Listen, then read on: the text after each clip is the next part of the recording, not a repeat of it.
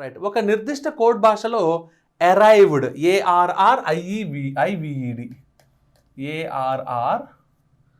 ARRIVED arrived అనే పదాన్ని ఎలా రాశాడమ్మా? DEVIRRA రాసి ఉంటాడమ్మా. DEVIRRA చూడంగానే లాజిక్ చెప్పేయచ్చు మీరు, అవునా?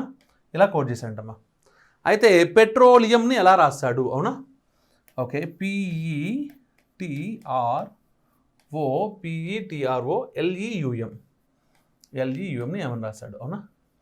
ఒకసారి మీరు జాగ్రత్తగా అబ్జర్వ్ చేస్తే జస్ట్ అన్నీ రివర్స్ అయిపోయి చూడమ్మా. DEVIRRA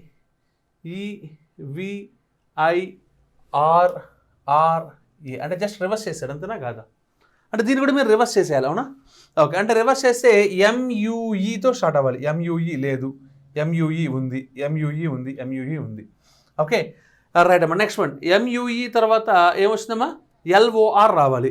వెతకండి. LRO ఉంది అంటే ఇది కొట్టేశాను, LTR ఉంది కొట్టేశాను, LOR ఉంది సరిపోయింది, అవునా? నెక్స్ట్ TEP సరిపోయిందా? అంటే ఆన్సర్ అమ్మా 4th option is the answer. ఓకేనా?